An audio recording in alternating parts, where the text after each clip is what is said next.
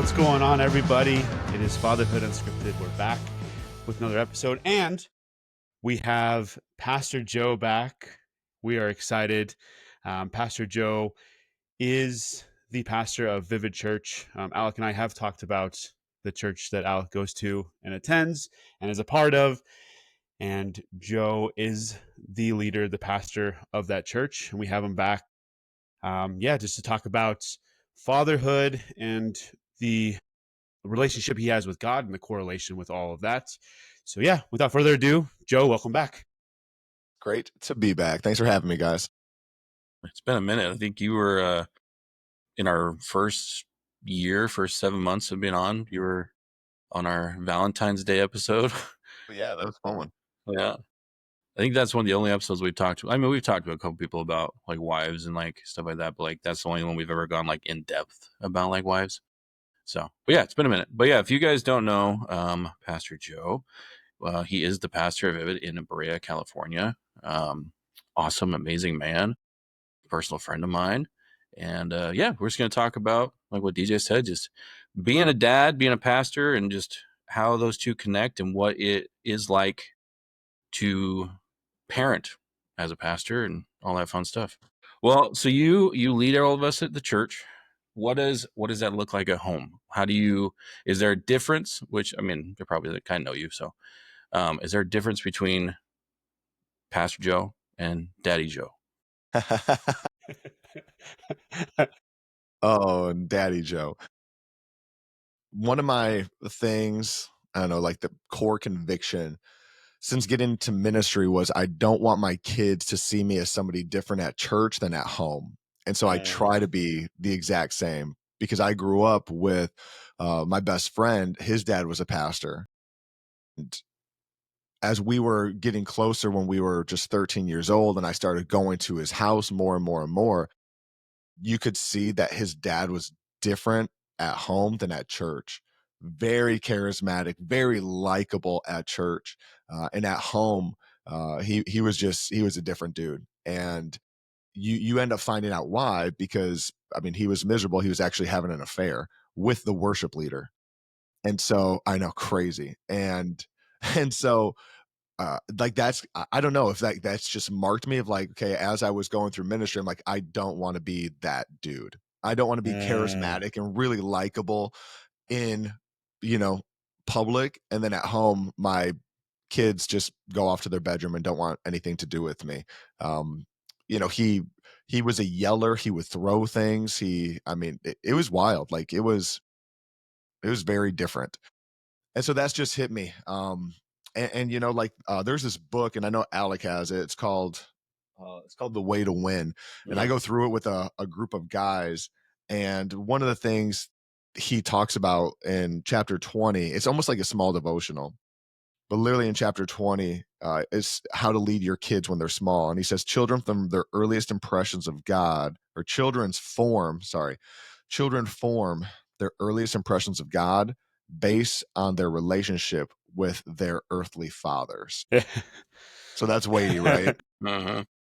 So it's like, okay, if I want my kids to not love God because I love God, but I want them to have a true, authentic relationship with him, I have to be the first to model that. Yeah. That's so that's good. Yeah. I think, going through that book is an awesome book. And sorry, there's a fly. With saying that, when you first became a dad, I mean, you have 4 kids, 3 blood children. So when you first became a dad, was there anything that like kind of scared you? Because this is lead Pastor Joe. So it was like, was there anything that scared you going into being a dad? Like, we were like, all right, these are what I'm going to set up right now going into being a dad. Yeah, multiple things. So boundaries matter, right? Mm-hmm. We see that all over the place. Like we have boundaries on our roads, on our freeways, whether it's dotted line, solid line. The boundaries aren't to keep us from fun. They're to keep us protected. And so we set up boundaries. And again, like, so I've, as I'm sharing this, like my second lead pastor. He also, well, he wasn't my second because they obviously removed that first one, brought somebody in. Then we moved with our youth pastors to plant a church, and this was years later. And my youth pastor, 10 or 11 years in, he was the lead pastor of this new church, 3 campuses. I think the peak we reached was like 3,000 people. Like it was big. And he ended up having a moral failure. And so it's like, as I'm talking about this, I'm like, man, I got some jacked up guys in my life that I've been following. So how to make sure that I'm not following their footsteps. But saying that, him and his wife, they were like pedal to the metal go-getters. And I think that's what would end up hurting their relationship, is they were so focused on the church growth. They never dated, and they didn't date their kids. So even from the beginning, when Gwen was born, so she's my oldest biological, she's 11 now, but we set up strict boundaries. Like, hey, when it's like time to leave work, quote unquote, like church, like I'm leaving. Uh-huh. Because some people are like, like we had one guy, but he was young. He wasn't even married yet. And he got the nickname Philo. He was the first one in, last one out. And that got praised a lot. But like, and again, like I wake up early, I do all my stuff. And it's like, but I'm so strict with my time when I'm at work that like, I don't feel bad about leaving on time to go home to my brand new baby girl, And so, but one of the other pastors, he was the worship pastor at the time, would give me crap for it. I'm like, I don't care. I got my work done. Like I'm going home to spend time with my family. And saying that worship pastor's no longer in ministry. The guy who's Philo, he's no longer even a believer. He, fell away. All these. So it's like setting up boundaries is protection for your family and for yourself, because you can end up burning yourself out, whether it's in ministry or not. I mean, you guys know how it is when you're doing, even podcasting. You can put in so much time for it. You're neglecting family versus like, hey, here's my work hours, right? I'm podcasting on, Saturday mornings from a certain time. I'm editing, I'm making reels or making shorts or posting or whatever, but all in a time frame, because like I can't be saying, hey, Fatherhood Unscripted, but I'm never actually spending time with my kids as a father. And so, the title pastor really comes from the word shepherd. And so it's like, if I'm not shepherding my children, like they're my first ministry. And so I don't want to focus on the platform and the stage. That's actually not shepherding, It's those one-on-one. And Alec, this, we've had the conversation before, where it's like, John Maxwell says this. He's like, people don't care what you know until they know how much you care. And so it's like, that's for the adults that I shepherd. And that's also for my kids. Like I could rattle them off quote by quote by quote, but if I'm not spending time with them and building that relationship.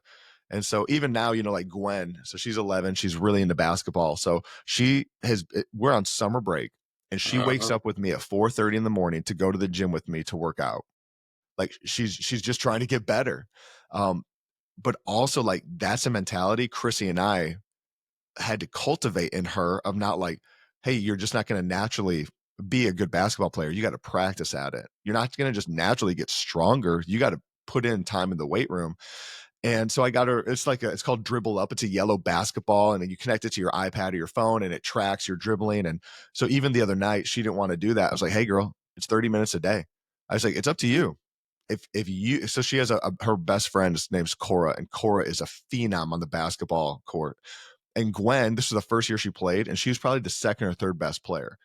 I said, listen, if you want to have those breakaways like Cora does, Cora can do that because she can handle the ball so well.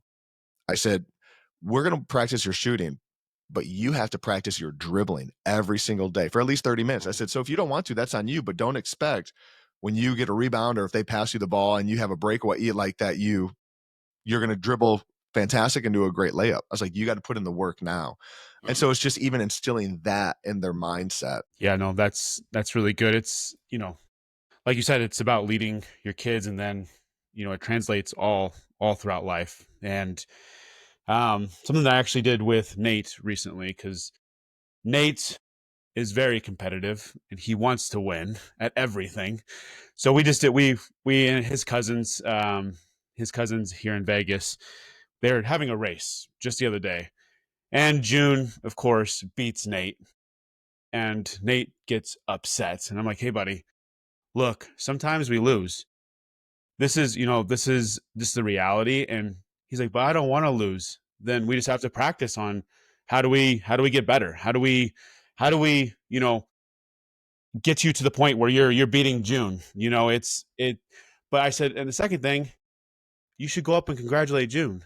Like you have to just, don't be a sore loser and just like brush her off and push her away, just go up, say, hey, good job. Like you did a great job. You beat me. I'm going to go get better. And so like just leading your kids, and it's really cool to kind of see that in your life and setting up those boundaries, like you said. And because I mean, for me too, like I could easily stay at work extra hours and put in more, because in an 8-hour window, there's not enough time to do everything.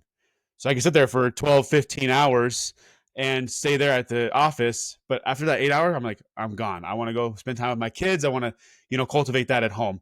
And so um, early on, I know you said you kind of put those boundaries in place, but like if you could talk a little bit further on like what that looked like specifically in your home in those early stages. And then, obviously it looks like it's polished now because you've had all this time to kind of refine.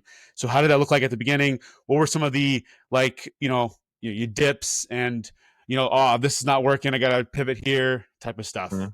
Yeah. Yeah. So some of the boundaries that have stuck with us, especially because I listened to another pastor when he was planting a church, and literally him and his wife, they were falling apart.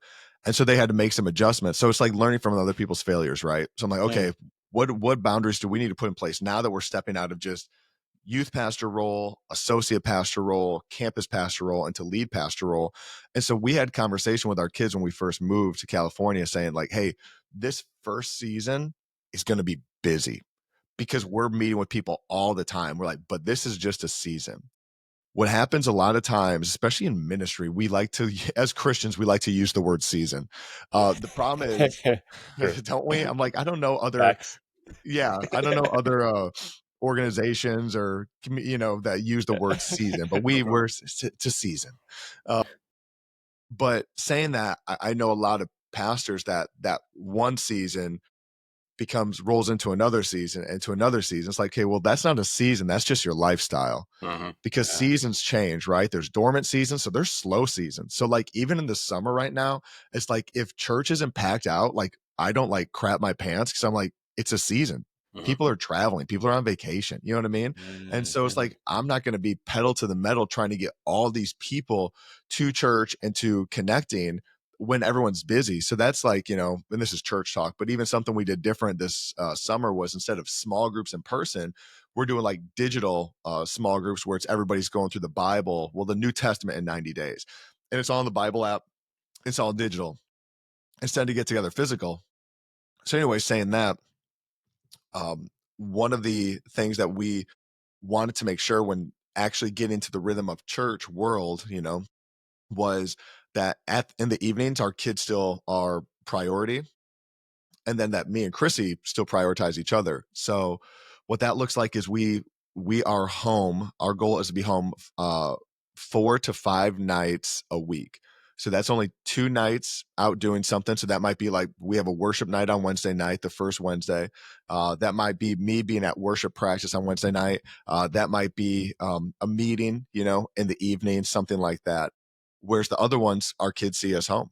And so that's a boundary. So even for us, where it's like, hey, I'll shift to meet with people earlier in the morning or whatnot, during the day, whatever it is, because I want to be at my kids' basketball games. I want to be at their volleyball games. I want to be at T-ball, all the different things. And something we value is dinner together. Like we have, and it's probably again from a core root issue from me not having dinners with my family. I only remember a handful of times my dad was at the dinner table, unless we were like out to dinner. But actually being home, he wasn't. He he owned his own business. So it's like he was gone from morning, like I didn't see him when we woke up. And then in the evening, it's like he'd get home so late, like I maybe saw him an hour a day. And so it's like even stuff like that. I'm like, okay, I want to be a dad that's present. So what does that look like?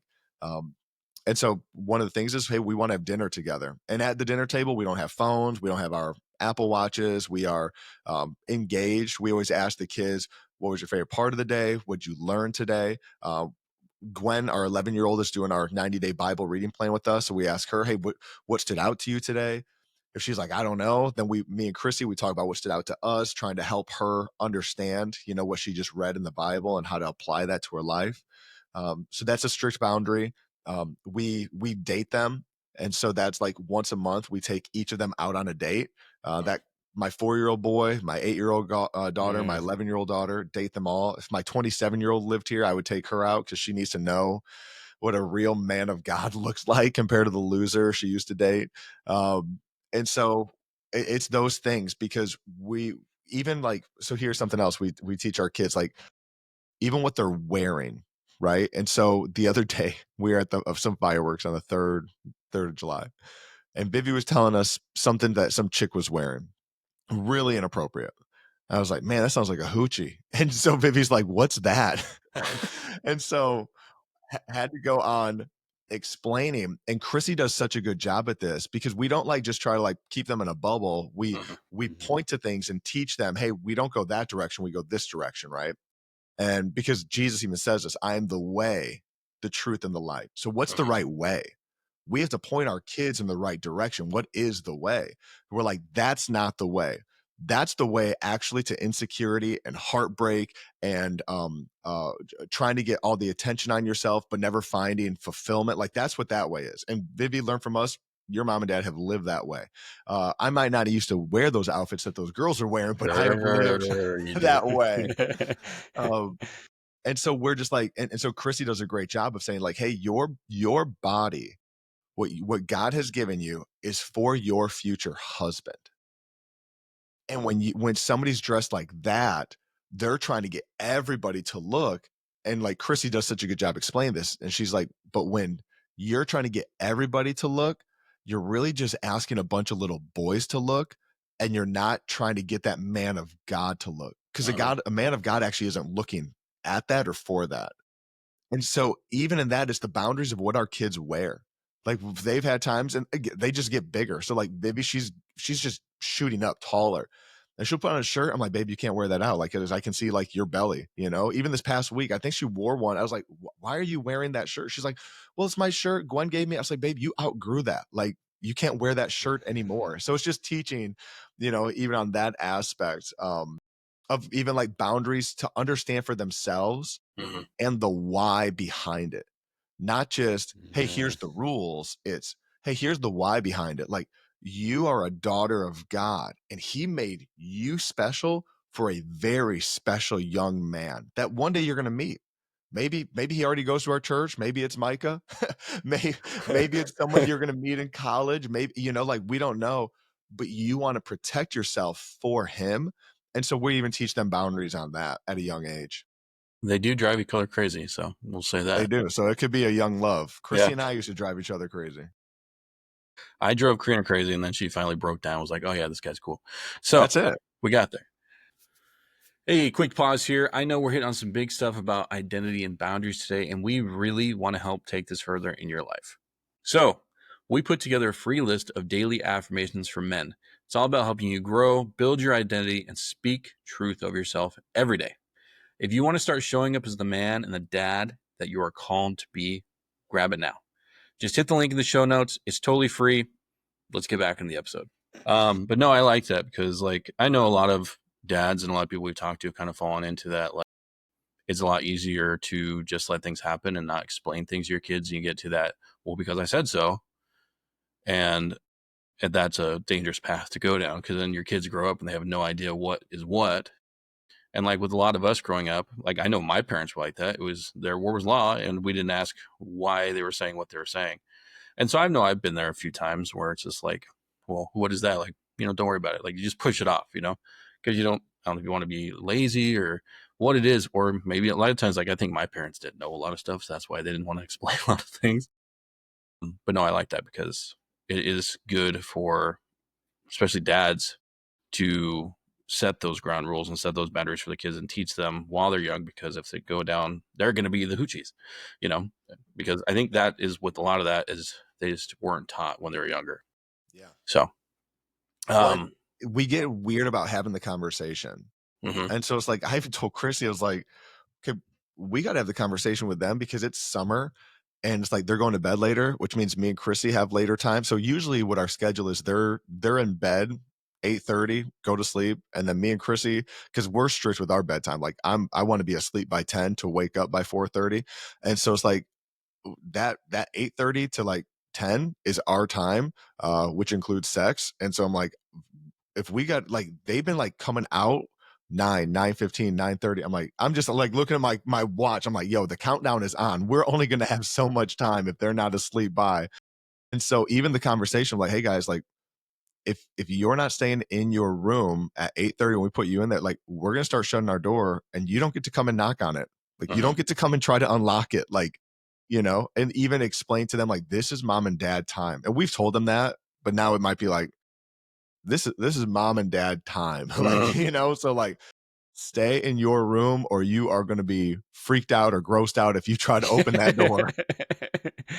Early childhood trauma. That's it. That's it. Like, hey, we warned you. We were trying to protect you from the trauma. Something that I like you said, and I think this would actually helps with boundaries, is knowing what you value. And you mentioned your value, like just I just that to me, like, because when you value something, you want to protect it, right? You want to put those boundaries up. You want to make sure you're going. So it's like, do I value health? Well, then what am I doing that actually says that I value it, that it protects my health? Because a lot of people like to say they value something, but they don't put the boundaries in place to protect that what they value. So they don't really value it. So I just really liked it's something that I just pointed out. And then obviously you said seasons.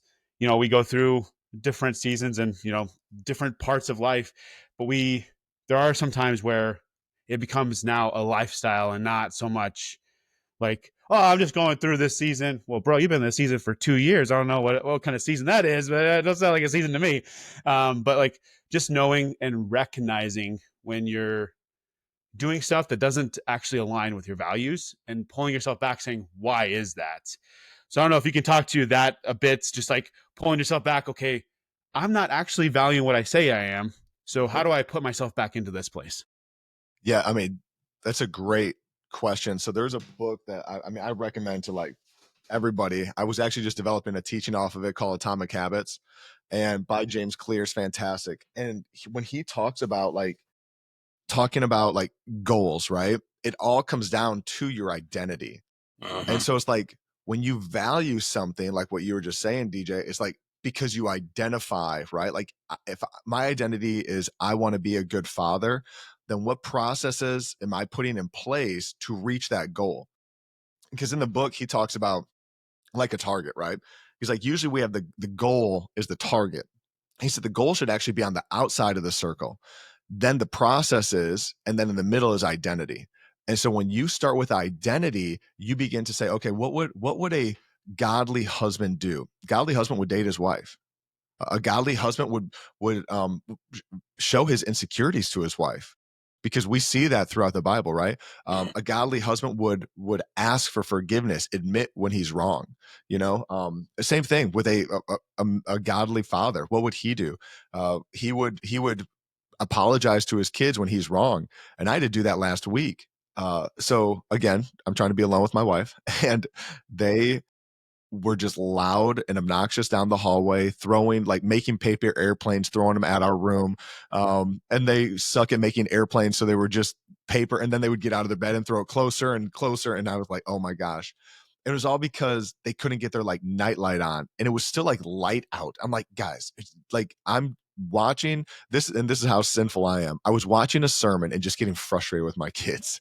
Like I'm watching another pastor and I'm like, these freaking kids.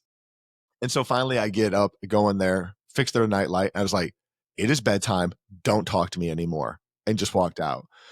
And it's like, then you lay in bed and I'm like, I shouldn't have said, don't talk to me anymore, because that's not the saying I wanted, like that's not what I was trying to convey. So anyways, I finished the sermon and get up and they're already asleep. So the next morning I'm doing my devotional and Gwen comes out, my 11-year-old, and put down my Bible. I said, hey, I want to apologize to you. Like last night, Dad said, don't talk to me anymore. That's not what I meant, because I love your voice. I meant it's time for bed. We're done talking. I should have said it better. I was like, but I don't want you to ever think like Dad doesn't want to hear me. And so I apologized to her. And then Vivi, who woke up later, the same thing. I was like, I want to make sure that you girls know, like, I actually do value your voice, but there are certain things that we put in place that when it's bedtime, it's bedtime. And so we've even told them, because they're like, well, what if I forget what I want to say? We're like, write it down. Just write it down, have a piece of paper next to your bed, a journal, and show us in the morning. And again, even Vivi did that, I think like 2 nights ago. She came in and she had something to tell us. And Chrissy's like, write it down. It's bedtime. Good night. It's like we like cut them off before they even start going into a story that becomes 10 minutes. We're like, because we're trying to set those boundaries. But saying that the value of, I don't want them to, because Chrissy tells me this. Chrissy's my wife. She says, you're the sexiest when you're the most vulnerable. She's like, you work out for Alec and Eric. That's why you work out. They care about your bicep. She says, I care about your vulnerability. And so when we're vulnerable, like learning, like, okay, what does a healthy like man of God look like for a husband and for a father? I'm vulnerable. I'm transparent. I apologize. And so again, it's like my identity, but then those things that I have to be aware of to put in place, right? I want my kids again to know what it looks like to date a man of God. So I take them out on dates, right? I know what each one of them likes. I open the door for them. I'll get them flowers, like doing certain things. And so it's like, those are the processes to reach the goal. Right. And so that's some of the stuff, like as you're asking about like values, it's like those values are so tied into your identity. Because I mean, I love your illustration, what you value, you protect. So I have like a Notre Dame football that's signed and it's in a glass case up there, right? I'm a Notre Dame fan. Like my identity, I'm a Notre Dame fan. And so it's like, so I protect what I value. We know that with the bank, right? Like our money's in the bank. We're protecting what we value. But sometimes in life, we just get so comfortable with those around us. We forget the value. It's like, how am I protecting their hearts, their minds, their eyes? What do I need to put in place to show them, hey, you are worth so much to me. You're valuable. But that starts with our identity before, because again, if I gave that to DJ, you're probably like, I don't care about Notre Dame. Like, why do I have this football, this glass case? You're like, this is just taking up room in my house, like, because you don't have identity as a Notre Dame fan. So even what we value, it always starts with identity. Well, I think with that, and me and you had a conversation the other day about identity and like speaking differently about yourself. And I think that goes a long way too. It's just the way you talk about yourself. Yeah. Versus like, well, I'm a guy who sits on a couch all day. No, I'm a dude who gets up and goes and does stuff with my kids. Or, I can start saying I am a Notre Dame fan, because everyone knows I'm not a big football fan. So, I mean, that's another thing with identity and boundaries, is with when you start speaking it into existence, you start speaking it about yourself. It's almost like in my kids' bathroom, we have affirmations. It says, I'm smart, I am beautiful, I am strong, that kind of stuff. And when you start speaking it over yourself every day, it becomes your identity. Yeah. And so for those who, are lacking out there, or want to, for like me, want to start going to the gym and want to start doing all this stuff in life versus just being what they have been, you can change it almost to a point where if you are in bad, if you don't like your identity, I guess this is the wrong way to go about it. But if you feel like you've gotten to a slump or something like that, and then you start speaking that over yourself, it can help get you out of that slump. Like for me and my wife, you guys all, Karina, we had a really hard conversation the other night, just because I've been lacking in some areas.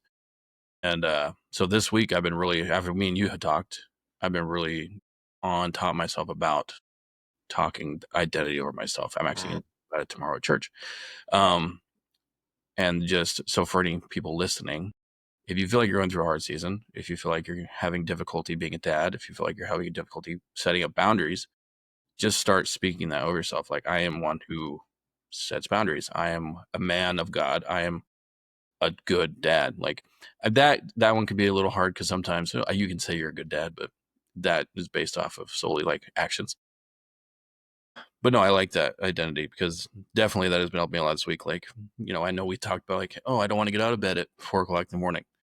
So now I've been telling Karina, like, hey, yeah, I'm getting up before 45 because I'm the guy who gets up. And so, like, 5 out of 6, 7 days this week, or not today, but 5 out of 7 days this week, I've got up at 4:30. Come on, man. Nice Yeah. job. So it's like, you just got to start putting it in. But I like that Yes. because that shows the kids too that dad gets up, dad does this, dad does what he says he's going to do. Because that could be very dangerous going in, because then your kids are like, oh, my dad never said anything, or anything my dad said, he never followed through on, and you don't want to have that. So that helps if you show them, like we've been talking about, the boundaries. They're going to know growing up that dad always said boundaries. That's what I do too. Yep. I got to my thought at the end there. It took a minute.